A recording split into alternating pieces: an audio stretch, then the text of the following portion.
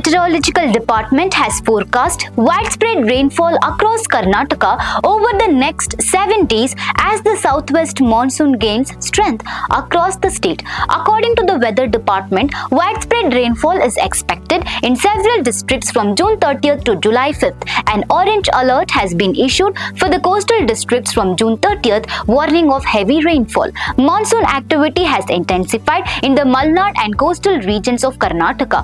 Good rainfall has already been recorded in several parts of the Shivamogga district, including Tirthahalli and Hosanagara. In Dakshina Kannada and Udupi districts, rain that began on June 29th afternoon continued until late at night.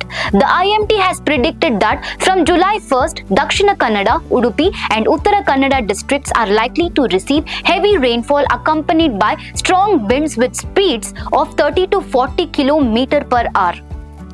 Light to moderate rainfall is also expected in parts of the north interior Karnataka districts, including Bagalkote, Belgavi, Bidar, Dharwad, Gadag and Haveri, as well as the south interior Karnataka districts of Bengaluru, Mysuru, Hasan, Kodagu and Tumkuru.